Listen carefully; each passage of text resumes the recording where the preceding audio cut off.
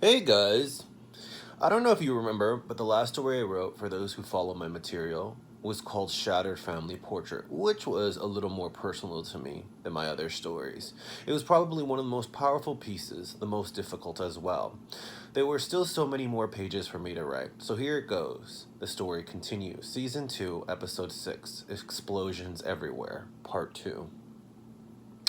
The reason why I decided to name the next two episodes Explosions Everywhere for the heavy tension between the characters and how the heat builds up. This episode opens up exactly where the last one left off.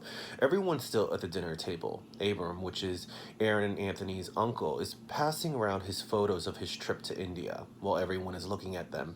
Anthony mentions that Aaron also was on a cruise and if they would like to see his photos. His sarcasm went past their heads, or maybe some of the people at the table just chose to ignore it. Abram mentioning that Priscilla is a pretty decent cruise liner and checking the ratings on it just shows more of his personality. From there, the dinner table becomes very silent, which is the beginning of the tension.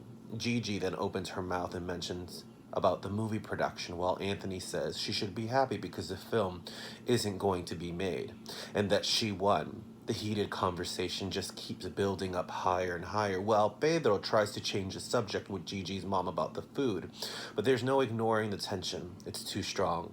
Aaron then decides to open up about his new job. He threw out there the fact that he left his job for another one, letting everyone know that he's working for a facility to help people with mental illness. You see everyone's feedback and point of views, but the one that took it the hardest was, of course, Gigi. While Pedro is telling her to stop, she just keeps getting worse and worse. Aaron is holding his composure well, even though he's angry. However, Anthony unleashes his rage, throwing a Pepsi bottle at her and exiting the room along with Aaron, following. Stay tuned to see what happens next.